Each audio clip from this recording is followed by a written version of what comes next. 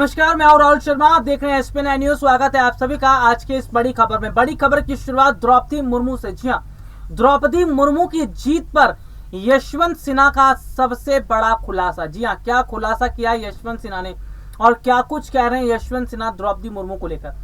दरअसल सीधे तौर पर यशवंत सिन्हा का यह मानना है कि द्रौपदी मुर्मू चुनाव जीती नहीं है और अगर सही मायने में देखा जाए तो उनकी हार निश्चित थी।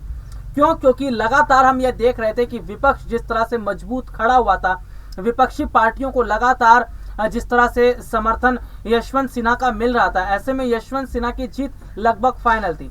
लेकिन अब जो स्थिति बनी है वो ये सीधे तौर पर देखी जा रही है कि बीजेपी ने विपक्ष को तोड़ने का काम किया, बीजेपी ने विपक्ष को गुमराह करने का काम किया। और जाहिर सी बात है कि बीजेपी ने विपक्ष को जिस तरह से गुमराह किया है, इसका सीधा साफ मतलब ये है कि किस तरह से बहुत बड़े हद तक जो रणनीति बनी है, जो प्लान बना है, इसका मतलब है कि क्या वाकई बहुत बड़ा झटका अब लगने वाला है। किसको?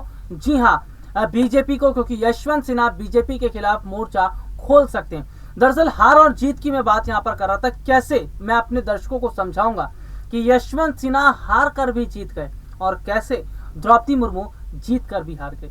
सबसे पहले बात करेंगे हार कर जीतने वाले को बाजीगर कहते हैं और मैं यशवंत सिन्हा का जिक्र करूंगा। यशवंत सिन्हा जो एक ऐसे विपक्षी नेता जिन्होंने खुलकर देश के जनता के मुद्दों पर बात तो की, प्रेस कॉन्फ्रेंस करके मीडिया के सवालों का जवाब तो दिया, रोजगार, महंगाई, जीडीपी, अर्थव्यवस्था, तमाम मुद्दों पर अपना पॉइंट ऑफ व्यू तो रखा।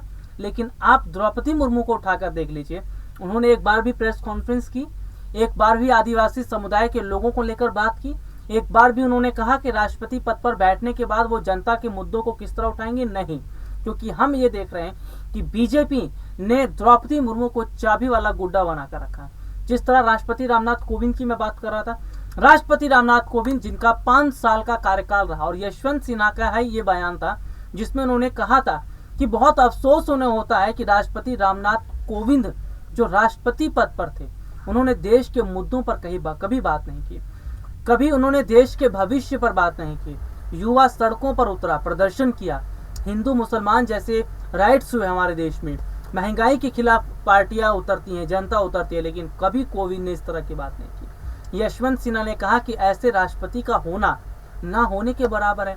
वही हम द्रौपदी मुर्मू में भी देख रहे हैं। देखिए कैसे हार कर जीत गए यशवंत सिन्हा। यशवंत सिन्हा ने अपनी लड़ाई लड़ी, विपक्ष उनके साथ था। वो बात अलग है कि केंद्र सरकार ने अपनी पावर का गलत इस्तेमाल किया, केंद्र सरकार ने अपनी पावर का गलत तरीके से उसका यूज किया और विपक्ष को आपने तोड़ दिया। अगर आप में हिम्मत होती तो लोकतांत्रिक और संवैधानिक तरीके से चुनाव करवाए जाते, और अगर ऐसा होता तो द्रौपदी मुर्मू की हार निश्चित तय थी, क्योंकि ये बात बीजेपी देख रही थी, खुद द्रौपदी मुर्मू भी जान रही थी, इसलिए अपने विपक्ष को तोड़ने का काम कर दिया। तो भले ही चुनाव ना जीत पाए हो यशवंत सिन्हा, लेकिन जनता के बीच एक आइडल बन गए। जनता का उनको सपोर्ट करना, इसका मतलब जनता भी चाहती थी कि यशवंत सिन्हा जैसे कैंडिडेट राष्ट्रपति पद पर बने। और हालांकि अगर मैं द्रौपदी मुर्मू की बात करूं, अगर द्रौपदी मुर्मू को इतना विश्वास था कि उनकी जीत होगी, तो क्यों आप विपक्ष से सपोर्ट समर्थन मांग रहे थे?